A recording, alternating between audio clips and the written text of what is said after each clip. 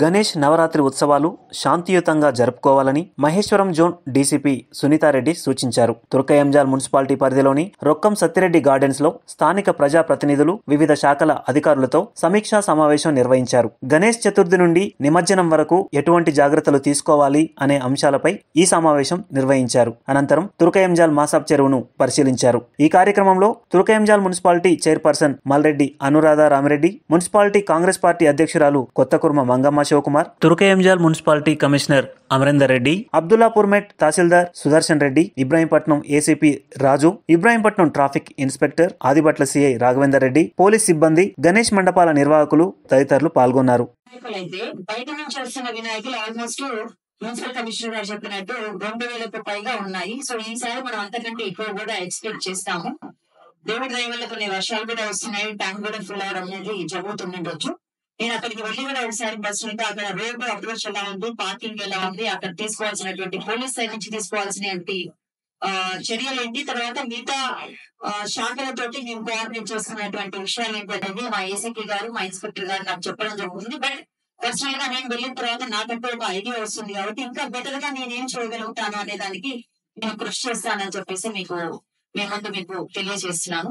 ఇప్పటి వరకు చాలా మంచి మంచి విషయాలు చెప్పాను. నేను కొన్ని చెప్పాలనుకుంటున్నా.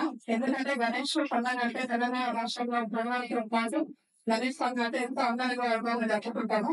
కానీ అందరితో పాటు గొడవలు, తలకలు కొట్టుకోవడం అన్నీ జరుగుతున్నాయి. అంటే మనం ఎంత మంచిగా చేస్తున్నామో అందరి చెడు తాలూకు చాలా చేస్తున్నాం కాబట్టి ముఖ్యంగా ఈ విషయాలు మా అందరికంటే ముఖ్యంగా యూత్ తొందరగా వినిపించుకోవాలి. ఎందుకంటే యూత్ ఎంతో ఇష్టమైన పండుగ గణేష్ పండుగ.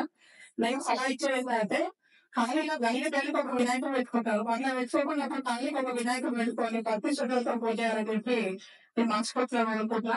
అలాగే ఎంతో పెద్ద వినాయకుడు పెట్టకుండా మంచి వినాయకుడు పెట్టుకొని మంచి పూజ చేసుకొని తర్వాత దాని ద్వారా ఎంత అమౌంట్ మనం వసూలు చేస్తున్నాం. ఒకవేళ లేని వాళ్ళకి మనం న్యాయం చేసినా కూడా బాగుంటుంది. ఎందుకంటే మనము సాధించినట్టు ఆయన 14 ఫీట్లు పెట్టిన, ఆయన 6 ఫీట్లు పెట్టిన, 8 ఫీట్లు పెడతాము, 8 ఫీట్లు పెట్టిన, 14 ఫీట్లు పెడతాము అనుకుంటే వినాయకుడు పెట్టినప్పుడు పెద్ద లారీ కావాలి, దానికి ట్రైన్ కావాలి, దాని దగ్గర షెడ్ కావాలి, మళ్ళీ దాంట్లో పెట్టిన తర్వాత మళ్ళీ తీసేటప్పుడు మళ్ళీ వ్యాన్ కావాలి, షెడ్ కావాలి, అన్ని కావాలి. కాబట్టి ఇవన్నీ వేస్ట్ ఖర్చు లేదు. ఎంత చిన్న వినాయకుడు పెట్టినా ఎంత చేసినా కూడా నవరాత్రులు పొద్దున సాయంత్రం పూజలు చేసి చేస్తానేమో దేవుడికి కరెక్ట్ దీపారాధన కరెక్ట్ పొందుతుందా లేదా ఇవన్నీ మనం చూసుకోవాల్సిన అవసరం. దేవుడు నాకు ఇంత పెద్ద వినాయకుడు పెడితేనే నేను చేస్తాను కాదు కదా. కాబట్టి మీరందరూ ఏం తప్పు వర్ణించడం చెప్తాను. అందరి చెప్పారు కూడా లోక కళ్యాణం కోసమే, మన కోసమే కాబట్టి చిన్న వినాయకులు పెట్టుకొని మంచి పూజలు చేసి ఇతర పెద్ద పెద్ద వినాయకులు అంటే అన్ని వినాయకులు వచ్చినా ఫస్ట్ మనం సహకరించాల్సిన కొన్ని స్టార్ట్ అవ్వాలని, అలాగే బాగుపోవాలని.